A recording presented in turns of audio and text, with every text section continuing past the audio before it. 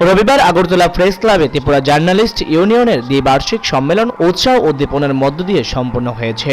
রাজ্যের মুখ্যমন্ত্রী বিপ্লব কুমার দেব সম্মেলনের উদ্বোধন করেন। সম্মেলনে উপস্থিত ছিলেন ইন্ডিয়ান জার্নালিস্ট ইউনিয়নের সর্বভারতীয় সভাপতি Gitartha Pathak, national journalist federation এবং ইন্ডিয়ান জার্নালিস্ট ইউনিয়নের secretary general Sabina Indrajit, PCI member CK Naik, Tripura journalist ইউনিয়নের সভাপতি সৈয়দ সাজ্জাদ আলী, ইন্ডিয়ান জার্নালিস্ট ইউনিয়নের ন্যাশনাল সেক্রেটারি তথা ত্রিপুরা জার্নালিস্ট ইউনিয়নের সাধারণ সম্পাদক প্রণব সরকার।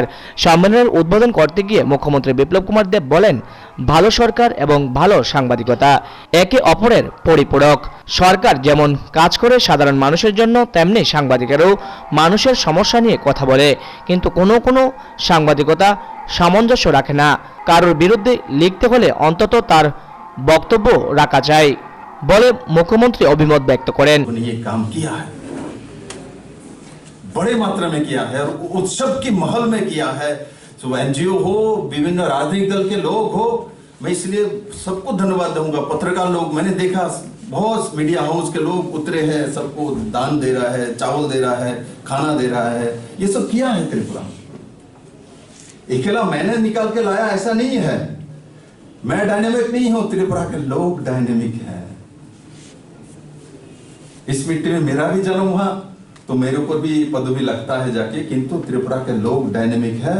ये मैं नहीं कहता हूं, देश के प्रधानमंत्री नरेंद्र भाई मोदी ने 2019 में उदयपुर में आया था, उस रैली में उन्होंने कहा, आइए पूरे भारतवासी आके देख के जाइए इन लोगों से, ये दूरदर्शी है, कुछ करने वाले लोग हैं, मेहनती लोग हैं, सीखे त्रिपुरा के लोगों से। और पहले हम लोग को सीख मिलता, अरे हम लोग तो कुछ नहीं जानते, छोटे स्टेट के हैं, हमसे क्या होगा, हम तो परनिर्भरशील हैं, हम तो कुछ खड़ा हो ही नहीं सकते। जब मोदी के मुंह से पूरे त्रिपुरा के लोग सुना, जो हम लोग सबसे अच्छे काम करने वाले हैं, हम दूरदर्शी है, हम कुछ करने वाले लोग हैं, तब त्रिपुरा के लोगों के अंदर विश्वास पैदा हुआ, जब हम कुछ कर सकते हैं। तो आज त्रिपुरा एक गति लेके चला है। मैंने जब त्रिपुरा में सत्ता लिया था तो टैक्स रेवेन्यू कलेक्शन 9.6% था। आज पेंडेमिक होने के बाद भी त्रिपुरा में टैक्स रेवेन्यू कलेक्शन 28% है और जीएसटी कलेक्शन में त्रिपुरा नंबर 1 है देश में। हमारा इकोनॉमी छोटा है किंतु जीएसटी कलेक्शन में हम लोग नंबर 1 पे है, हम कहीं भी नहीं रोके। जो प्राइमरी सेक्टर है 2017 में 6.4% था त्रिपुरा में, 32 महीने में 10 महीना तो कोरोना में निकल गया। त्रिपुरा में जो अभी जो प्राइमरी सेक्टर एग्रीकल्चर सेक्टर में जो ग्रोथ है वो 6.4 से उठ के 13.77 नॉर्थ ईस्ट में नंबर 1 है। ऐसा कि स्पीड में जो ग्रोथ रेट स्पीड में देश में नंबर 1 है त्रिपुरा। त्रिपुरा कहीं हारने वाले नहीं है। हारते वो लोग जो संदेह रखते हैं मन में। लोग इंसान कैसे हार सकता है? इंसान दुनिया का सर्वश्रेष्ठ जीव है, इंसान हार ही नहीं सकता। इसके मन में दिदा हो, चिंतन हो, तब हारेगा। ऐसा काम ही नहीं लूंगा जो काम मैं हारने वाला हूं। तय कर लेना चाहिए काम मैं कर सकता हूं क्या नहीं कर सकता हूं, तो उसमें हाथ नहीं लगाना। लगाया तो जीतना तय है, जीत के दिखाएंगे।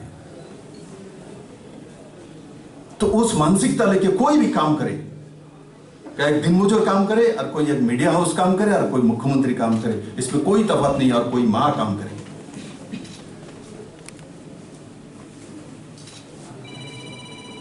जुनून होना चाहिए काम में। और पत्रकारिता था वो एक इसमें तो जुनून ऐसे पैदा होता है और सभी समय मन को एक ऊर्जा मिलता है कि हर समय नया कुछ मिलता है। ये कोई क्लरिकल ऑफिस में मैं जाऊंगा, जाके डेली वही फाइल में सिग्नेचर में वही करूंगा। पत्रकार को पता नहीं आप क्या होने वाला है, आप किससे मुकाबला करना पड़ेगा। काल में क्या लिखूंगा वो तय नहीं होता।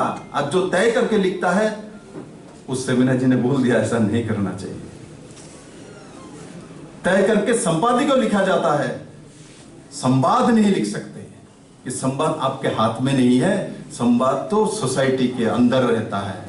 वहां क्या हो रहा है आपको कैसे पता है? आपको पता है वो जर्नलिज्म नहीं है।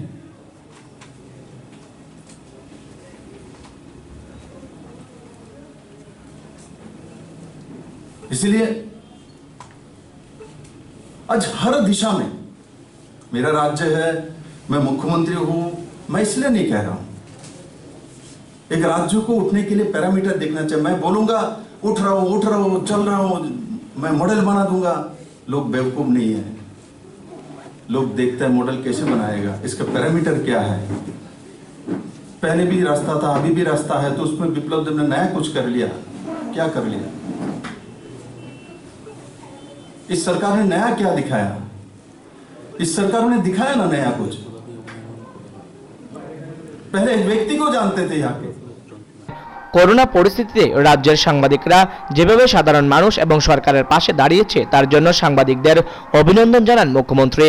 সম্মেলনে পুরো কমিটি বাতিল করে আগামী 2 বছরের জন্য 19 জনের নতুন কমিটি গঠন করা হয়েছে। 15 सालों में ऑफ द IFJ की इंडिया का पर्सपेक्टिव चेंज करना है। What is India all about? Unfortunately, हमारा जो India foreigners को दिखता है, it has got to do with, you know, country of elephants, snake charmers. That has changed. So what we do in the IFJ through IJU, through our state unions, is कि हम उनके साथ चलते हैं। IJU issues on media. Colleagues, we are going through a very difficult time. बहुत ही difficult times है media के लिए। प्रेस फ्रीडम चाहे हमारे देश में ही नहीं, across the country, even the biggest democracy like the United States of America, press freedom was under threat. So that is one issue that we are fighting for, is press freedom. The second issue that we fight for is the attacks that are happening on journalists across the globe.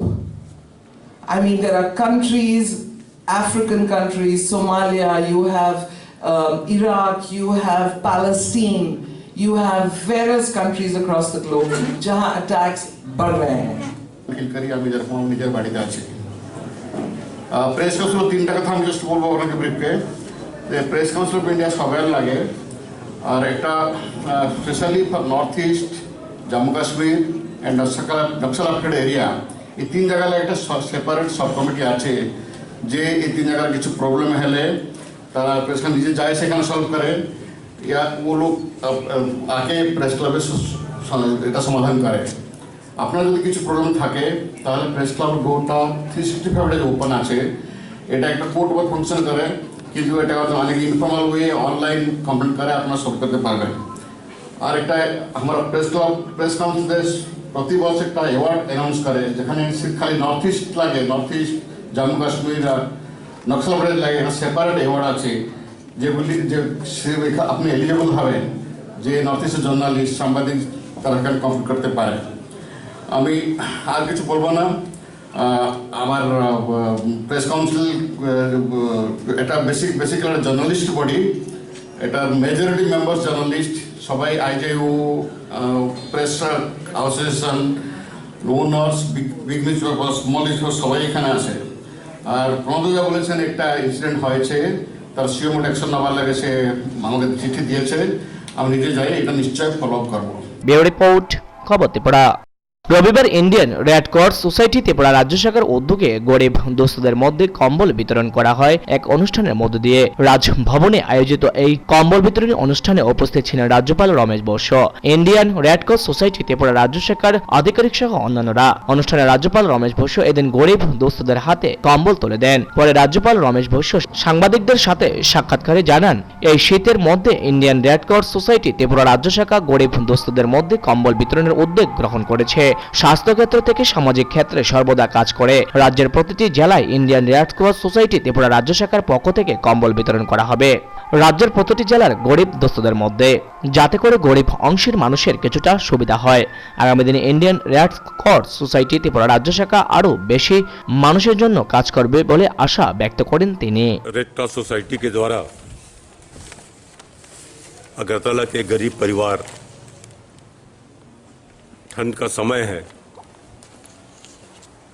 जिनको सहायता के लिए red cross society सामने आई है। और red cross society हमेशा, चाहे वो चिकित्सा के क्षेत्र में हो चाहे सामाजिक क्षेत्र में हो, लोगों की सहायता करने के लिए अग्रसर रहता है। रेड क्रॉस सोसाइटी ने त्रिपुरा के हर जिले में ये कंबल वितरण का कार्यक्रम चालू करेंगे। आज राजभवन से चालू हुआ है और बाद में हर जिले में रेड क्रॉस सोसाइटी के जो सदस्य हैं वो इन कंबलों को गरीब लोगों को देंगे ताकि उनको कुछ सहायता हो सके, कुछ राहत मिल सके। मैं रेड क्रॉस सोसाइटी को बहुत बहुत धन्यवाद देता हूं कि उन्होंने सेवा की भावना से लोगों को, गरीब लोगों के लिए आगे आकर हमेशा उनको सहयोग दिया है। रेड क्रॉस सोसाइटी हमेशा, चाहे वो ब्लड डोनेशन हो, चाहे लोगों का उपचार हो, हर क्षेत्र में काम कर रही है और मैं ईश्वर से प्रार्थना करता हूं कि रेड क्रॉस सोसाइटी त्रिपुरा राज्य के हर जिले में अच्छा काम करे, आगे बढ़े। ব্যুরো রিপোর্ট, খবর ত্রিপুরা। 27 জানুয়ারি শহরে শিক্ষকদের গণ অবস্থানে পুলিশ এসে কাকডাকা ভোরে 5টা নাগাদ ট্রেনে গাড়িতে তুলে নেয়। কোনো ধরনের অগ্রিম ঘোষণা না দিয়ে 144 ধারা জারি করে শিক্ষক গ্রেফতার করে নেয়। কিন্তু প্রশাসন 144 ধারার ঘোষণা করেছে সকাল 8টা নাগাদ। পরবর্তী সময় শিক্ষক শিক্ষিকা জড়ো হলে বাকি শিক্ষক শিক্ষিকাদেরও গ্রেফতার করে পুলিশ নিয়ে যায়। কিন্তু পুলিশ শিক্ষক শিক্ষিকাদের গ্রেফতার করে কোনো রকম খাবার দেওয়া হয়নি। শিক্ষক শিক্ষিকাদের হেনস্থা করা হয়েছিল সেদিন। কিন্তু পরবর্তী সময় শান্তিপূর্ণভাবে মুখ্যমন্ত্রীর সাথে কথা বলতে হলে পুলিশে আচমকা আক্রমণে প্রায় 3 শতাধিক শিক্ষক শিক্ষিকা আহত হন। সেই সব শিক্ষক শিক্ষিকাদের বিনা খরচে চিকিৎসার পরিষেবা দেওয়ার জন্য সাংবাদিক সম্মেলন করে দাবি জানালেন চাকরিচ্যুত জেএমসি 10,323 শিক্ষক শিক্ষিকারা। তবে এদিন সংগঠনের প্রণব দেব জানান, এই আন্দোলন থেমে থাকবে না। আন্দোলনকে এগিয়ে নিয়ে যেতে আবারও পুলিশের কাছে 1 ফেব্রুয়ারি থেকে গণ অবস্থানের অনুমোদন চাওয়া হয়েছে। আর যদি অনুমোদন না দেওয়া হয় তাহলে শিক্ষক শিক্ষিকারা হাইকোর্টের দ্বারস্থ হবে বলে জানিয়েছেন তিনি। সেদিনের আন্দোলন ছিল শুধু শিক্ষক শিক্ষিকাদের। তবে পুলিশের পোশাক পরানোর নেমপ্লেট ছাড়া কিছু সমাজদ্রোহী শিক্ষক শিক্ষিকাদের উদ্দেশ্যে ঢিল ছুড়ে পরিস্থিতি উত্তপ্ত করেছিল বলে জানান জেএমসি কমল দেব। গত 7ই ডিসেম্বর থেকে আমরা সিটি সেন্টারের সামনে গণধর্নায় বসছিলাম এবং 52 দিন অতিক্রমের পর গত 27 তারিখ যে ঘটনাটা ঘটল, ভোর 5টায় কোনো কিছু না জানিয়ে পুলিশ হঠাৎ করে আমাদের এই গণধর্না মঞ্চ ভেঙে দেয়। বলপূর্বক ঘুমন্ত অবস্থায় যেসব শিক্ষক শিক্ষিকা ছিলেন তাদেরকে টেনে হিচড়ে গাড়িতে তুলে অ্যারেস্ট করে নিয়ে যায় এবং এখানে আমাদের যত টেন্টের যাবতীয় জিনিসপত্র, মালপত্র, ব্যাগ থেকে শুরু করে সমস্ত জিনিস তারা পুলিশ নিয়ে যায় বিনা নোটিশে, বিনা কোনো আগাম কিছু না জানিয়ে। এরপরে আমরা কি লক্ষ্য করলাম, ভোরবেলা এই ঘটনার পর 6টার পর আবার আগরতলা শহরে 144 জারি হয়। আমরা সারা রাজ্যের 10,323 শিক্ষক যারা আগরতলার উদ্দেশ্যে রওনা দিয়ে এসেছিলেন তাদেরকে বিভিন্নভাবে হেনস্থা করা হয়, যার ফলে আমরা সবাই সিটি সেন্টারে আবার মিলিত হওয়ার চেষ্টা করি।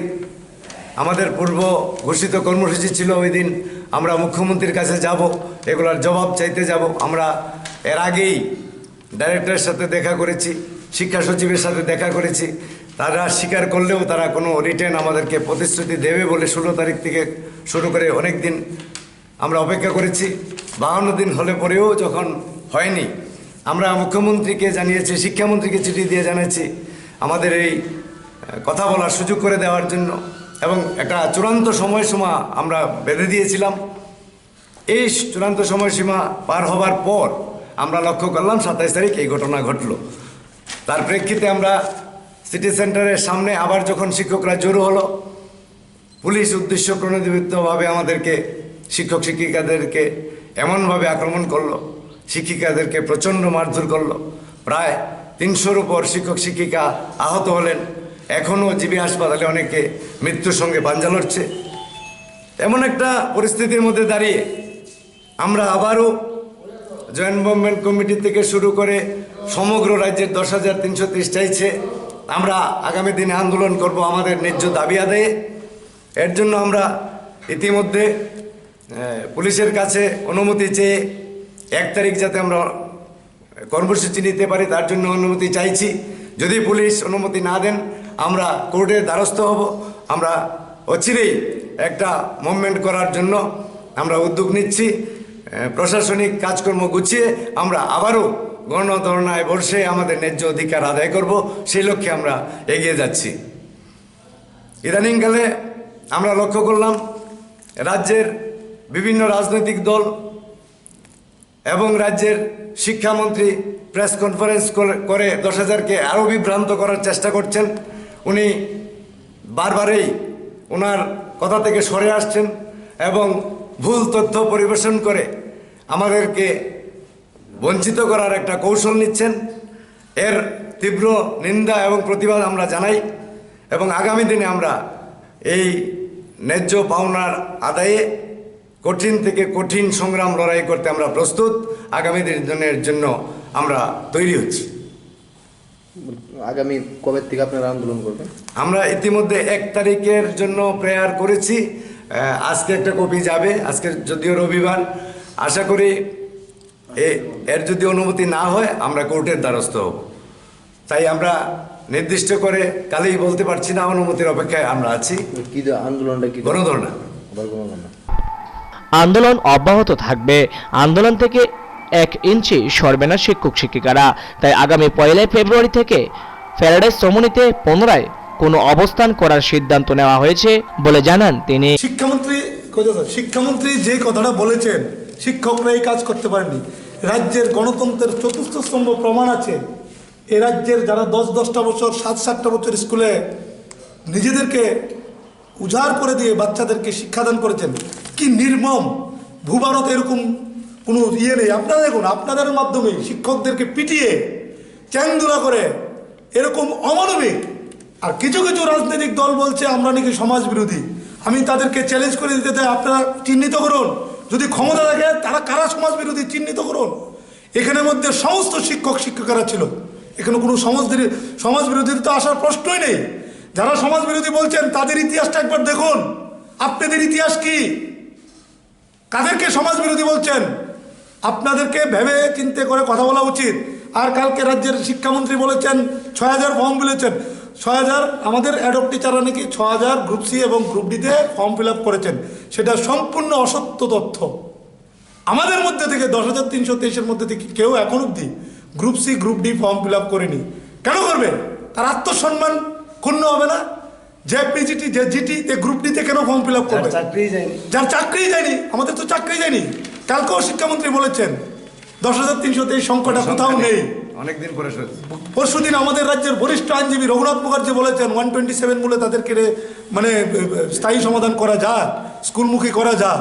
আমরা এখনো দাবি করছি আজকের এই জায়গায় দাঁড়িয়ে সাংবাদিক সম্মেলন করে যে আমাদের চাকরি যায়নি। দপ্তর আমাদেরকে ভুল মিস ইন্টারপ্ট করে আমাদেরকে বাড়িতে পাঠিয়ে দিয়েছে। ব্যুরো রিপোর্ট, খবর ত্রিপুরা। একই বাড়িতে 3 ভাই থাকবে কিন্তু একে অপরের সাথে কথা বলবে না, তা ভারতের মানসিকতা নয়। ভারতে অতিথি দেবো ভব। যখনই বাইরে থেকে কেউ আসতো, থাকার জায়গা থাকতো না, তাদেরকে ভারতে থাকার জায়গা দিত। কার জায়গা কাকে দেওয়া হচ্ছে তা নিয়ে কোনো প্রশ্ন উঠতো না। ভারত কখনো প্রতিবেশী রাষ্ট্রকে আক্রমণ করে না। যখন ভারতের উপর আক্রমণ হয় তখন প্রতিরোধ গড়ে তোলা হয়। রবিবার কলেজ টিলাস্থিত হেলথ অ্যান্ড ফিটনেস সেন্টারের উদ্বোধনী অনুষ্ঠানে আলোচনা করতে গিয়ে একথা বলেন মুখ্যমন্ত্রী বিপ্লব কুমার দেব। এদিনের অনুষ্ঠানে তিনি নাম না করে পূর্বতন সরকারকে উদ্দেশ্য করে বললেন, ত্রিপুরা রাজ্যের লম্বা একটা সময় চলে গেছে।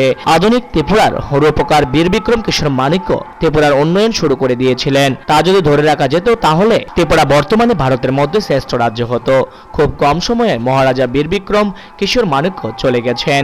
এই অল্প সময়ের মধ্যে তিনি বিমানবন্দর তৈরি করেছিলেন, এমবিবি কলেজ স্থাপন করেছিলেন, দেশলাইয়ের ফ্যাক্টরি স্থাপন করেছিলেন, একসঙ্গে 3 শতাধিক স্কুল স্থাপন করেছিলেন। স্কুলগুলির গুণমান পরীক্ষা করা হতো। কোনো স্কুলের গুণমান ঠিক না থাকলে তা বন্ধ করে দেওয়া হতো। বর্তমান রাজ্য সরকারও সেই রাস্তায় চলছে। বর্তমান রাজ্য সরকার প্রতিষ্ঠার পর বিদ্যালয়গুলির গুণমান পরীক্ষা করা হচ্ছে। মুখ্যমন্ত্রী এদিনের অনুষ্ঠানে আরো বললেন, বিগত দিনে রাজ্যের যা লোকসান হয়েছে তা পূরণ করা হবে। ভারত সবকিছু করতে পারে। একসময় মানুষের মধ্যে মানসিকতা তৈরি করে দেওয়া হয়েছিল চীন সবকিছু করতে পারে। একটা সময় ত্রিপুরা রাজ্য দেশকে রাস্তা দেখিয়েছিল। দেশ স্বাধীন হওয়ার পিছনে সবচেয়ে বেশি ভূমিকা ছিল ত্রিপুরা রাজ্যের। পরবর্তী সময় দেশ শাসনে ত্রিপুরা রাজ্যের ভূমিকা কমে গেছে। তার প্রধান কারণ হচ্ছে সেই মানসিকতা সম্পূর্ণ লোকগুলো ত্রিপুরা রাজ্যে এসে ক্ষমতায় বসে গেছে। ত্রিপুরা রাজ্যে কোনোদিন পরাধীন ছিল না, সুতরাং যা চলে গেছে তা চলে গেছে। তা নিয়ে আফসোস করে কোনো কাজ হবে না, কিন্তু ইতিহাস মনে রাখতে হবে ত্রিপুরার নিজস্ব আয় তেমন একটা নেই। যদি প্রধানমন্ত্রী নরেন্দ্র মোদীর 1000 কোটি টাকার আর্থিক প্যাকেজ না দিতেন তাহলে কর্মচারীদের সপ্তম পে কমিশন দেওয়া সম্ভব ছিল না। বর্তমান সরকার প্রতিষ্ঠার পর ত্রিপুরাতে টাকা আসছে। পূর্বতন সরকারের সময় গরিব রিকশাওয়ালার কাছ থেকে অর্থ আদায় করে তা কিউবাতে পাঠিয়ে দেওয়া হতো।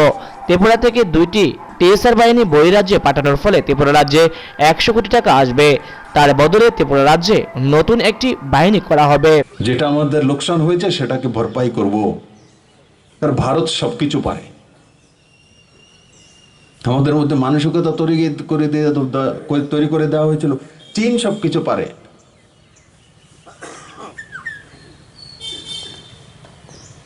কিছুদিন আগে আমি দেখেছি এ রাজ্যের স্বনামধন্য নেতা বলছে কি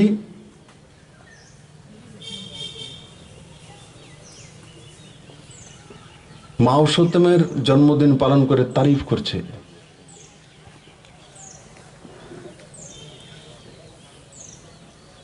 কিন্তু একটা জিনিস তো করতে পেরেছি,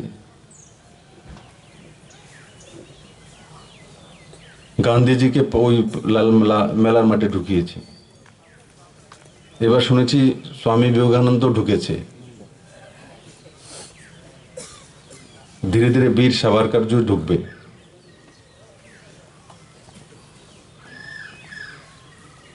রানা প্রতাপও যাবে, শিবাজিও যাবে, গুরু নানকও যাবে। আমাকে আজকে শ্রী শ্রী ঠাকুর অনুকূল চন্দ্র ছবি ভেট করেছেন, সেটাও যাবে। কিন্তু যারা এখানে প্রবীণ নাগরিক আছেন, এরা আমি যখন বলছিলাম যে গলার মালাও ছিঁড়ে ফেলে দিত, তারা বলছে হ্যাঁ হ্যাঁ, জানেন তো ওনারা।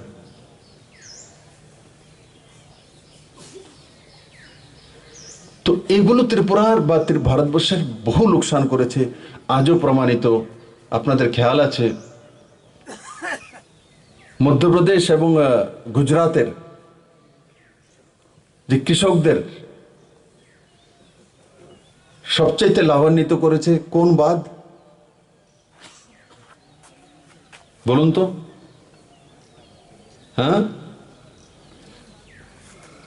সর্দার বল্লভভাই পটেলের সবচাইতে উঁচু মূর্তি কোথায় আছে? হ্যাঁ, গুজরাতে কোথায়? হ্যাঁ, লো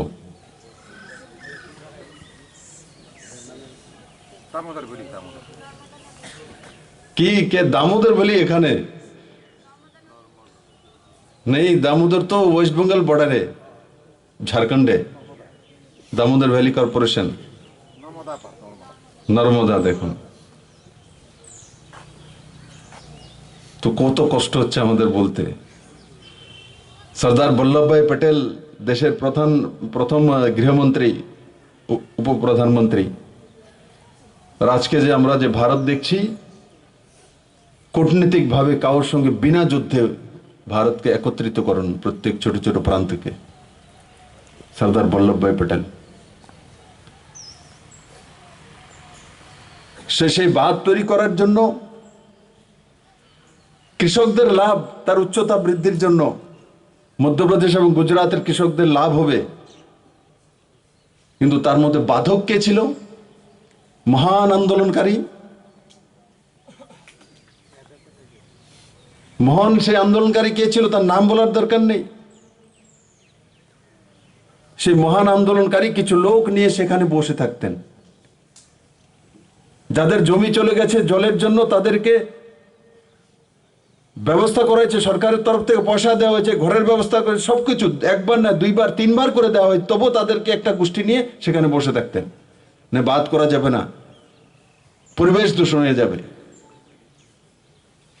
কে সেই আন্দোলনকারী?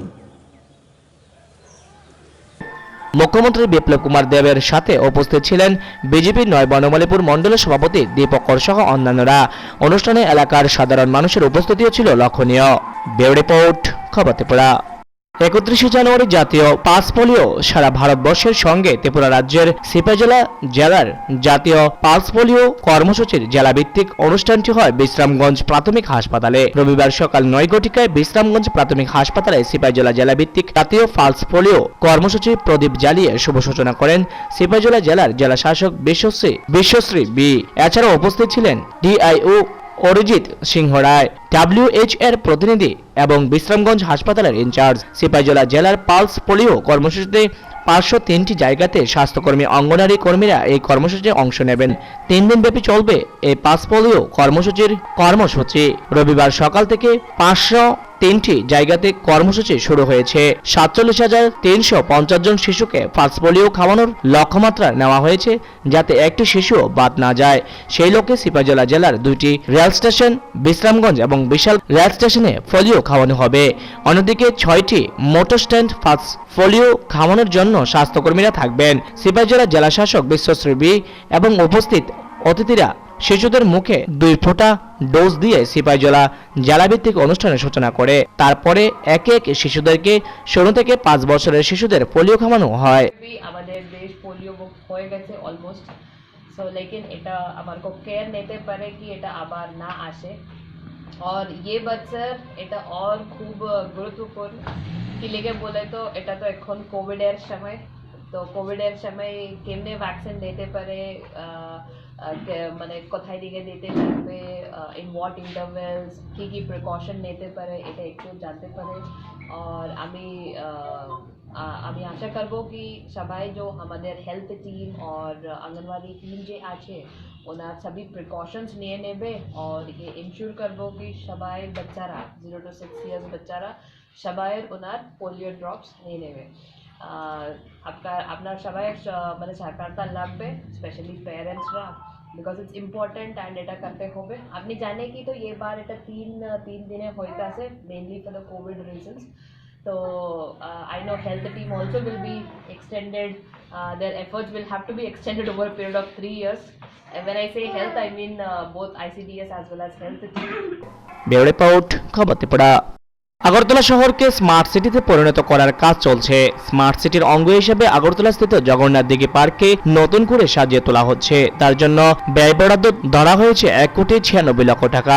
অনেক আগে থেকে জগন্নাথ দিঘি পার্কের কাজ শুরু হয়ে গেছে, তবে করোনা ভাইরাসের প্রকোপের কারণে কাজ কিছুটা ধীর গতিতে চলছে। রবিবার জগন্নাথ দিঘি পার্কের নির্মাণ কাজ সরজমিনে ঘুরে দেখেন পশ্চিম জেলার জেলা শাসক ডক্টর শৈলেশ কুমার যাদব। জগন্নাথ দিঘি পার্ক ঘুরে দেখার পর তিনি জানান এখনো কিছু কাজ বাকি রয়েছে। সেই কাজগুলিকে দ্রুত শেষ করার জন্য কাজের বরাদপ্রাপ্ত ঠিকাদারকে নির্দেশ দেওয়া হয়েছে। সবকিছু ঠিক থাকলে ফেব্রুয়ারি মাসের মধ্যে জগন্নাথ দিঘি পার্ক সাধারণ মানুষের জন্য উন্মুক্ত কাজে দেওয়া হবে। পাশাপাশি তিনি জানান 2022 সালের মার্চ মাসের মধ্যে স্মার্ট সিটির কাজ শেষ করার প্রচেষ্টা চলছে। ये इस महीने के अंदर इनॉग्रेट किया जाएगा। काम में थोड़ा डिले इस वजह से हुआ, इसमें कुछ आइटम्स बाहर से आने थे, महाराष्ट्र से और सब जगहों से। लॉकडाउन के दौरान आ नहीं पाए, अभी वहाँ पे बनते हैं सप्लाई ऑर्डर देने के बाद। तो इस महीने के अंदर हम इसको डेफिनेटली इनॉग्रेट कराएंगे। हमें अभी यहाँ के मालूम चला कि ऑलरेडी यहाँ के लोग ओपन जिम वगैरह यूज़ करना शुरू कर चुके हैं, तो इसको हम थोड़ा फिनिशिंग वगैरह जो आइटम बाहर से आने बाकी उनके अलावा जो फिनिशिंग वगैरह है वो काम 1 हफ्ते के अंदर करने का जो एजेंसी है उनको आदेश दिया गया है। टोटल क्या हो रहा है टोटल जगह में? टोटल मतलब ये जगन्नाथ बारी पार्क जो है ये अराउंड 160 मीटर लंबा है। ये इसमें बच्चों का पार्क है, बड़ों के लिए भी वॉकिंग की सुविधा है, योगा के लिए यहाँ एक पुराना स्ट्रक्चर उसको रिनोवेट करके योगा के लिए एक छोटा सा जगह बना रहे हैं, और बाकी बैठने की जगह होगी। तो ये तो शहर के सेंटर में है, यहाँ पे ग्रीन स्पेस नहीं, यहाँ पे थोड़ा ग्रीनरी भी होगा, तो लोगों के लिए समय गुजारने के लिए सुबह शाम को एक्सरसाइज करने के लिए अच्छी जगह होगी। सर बजट कितना होगा इसका? 1.96 करोड़। सिटी में और कितने पार्क होगा ये स्मार्ट सिटी में? पार्क तो बहुत सारे हो रहे हैं, जैसे अगर आपने देखा होगा रानी पुकुर के पास हो रहा है, फिर उसके बाद ये डिम सागर हो रहा है, फिर उसके बाद एक MBB कॉलेज के सामने हो रहा है ये जो बड़े 3 पॉन्ड हैं, और फिर छात्र संघ पॉन्ड है वहाँ हो रहा है। MG बाज़ार में भी एक होना है, वहाँ थोड़ा कोर्ट केस चल रहा है, लेकिन वो भी हम करा देंगे अभी। इसके अलावा एक बड़ा project Howrah river front project हम पकड़ रहे हैं, जो 1.8 किलोमीटर का होगा, तो उसके लिए भी काम शुरू होने वाला है। अभी उसका वर्क ऑर्डर वगैरह हो गया है कुछ पार्ट का, तो उसके लिए भी कुछ थोड़ी प्रॉब्लम्स हैं। कुछ कहीं पे इलीगल ऑटो स्टैंड है, कहीं पे इलीगल लोन ऑक्यूपाई करके रखा हुआ है, धीमे धीमे खाली करा के काम शुरू किया जा रहा है। तो स्मार्ट सिटी के पूरे काम खत्म होने के लिए कितने दिन चाहिए? हम तो ये आशा करते हैं कि मार्च 2022 तक सारे काम समाप्त हो जाएंगे। ব্যুরো রিপোর্ট, খবর ত্রিপুরা। রবিবার ভারতীয় মজদুর সংঘ অনুমোদিত ত্রিপুরা গেজেটেড অফিসার সংঘ সিপাহীজলা জেলা কমিটির উদ্যোগে বিশ্রামগঞ্জ দ্বাদশ শ্রেণী বিদ্যালয়ে স্বেচ্ছায় রক্তদান শিবির অনুষ্ঠিত হয়। সিপাহীজলা জেলা গেজেটেড অফিসার সংঘের রক্তদান শিবিরের প্রদীপ জ্বালিয়ে শুভ সূচনা করেন নলছর বিধানসভা কেন্দ্রের বিধায়ক সুভাষ চন্দ্র দাস। ভারতীয় মজদুর সংঘের পতাকা উত্তোলন করেন ত্রিপুরা গেজেটেড অফিসার্স সংঘের প্রদেশ সভাপতি তপন দাস। অতিথিরা ভারতের মজদুর সংঘের প্রতিকৃতিতে পুষ্পার্ঘ্য অর্পণ করেন। অনুষ্ঠানে প্রধান অতিথি হিসেবে উপস্থিত ছিলেন সিপাহীজলা জেলা পরিষদের সভাধিপতি সুপ্রিয়া দাস দত্ত। এছাড়া ভারতীয় মজদুর সংঘ অনুমোদিত ত্রিপুরা গেজেটেড অফিসার সংঘের প্রদেশ সম্পাদক দেবাশিস রায়। রক্তদান শিবিরের পিতা কেটে সূচনা করেন বিধায়ক সুভাষ চন্দ্র দাস। রক্তদান শিবিরকে কেন্দ্র করে সাংস্কৃতিক অনুষ্ঠানের আয়োজন করা হয়। রক্তদান শিবিরে মোট 23 জন রক্তদান করেন। সিপাহীজলা জেলার গেজেটেড অফিসার সংঘের সভাপতি পার্থপ্রতিম কর অনুষ্ঠানে সভাপতিত্ব করেন। ব্যুরো রিপোর্ট, খবর ত্রিপুরা।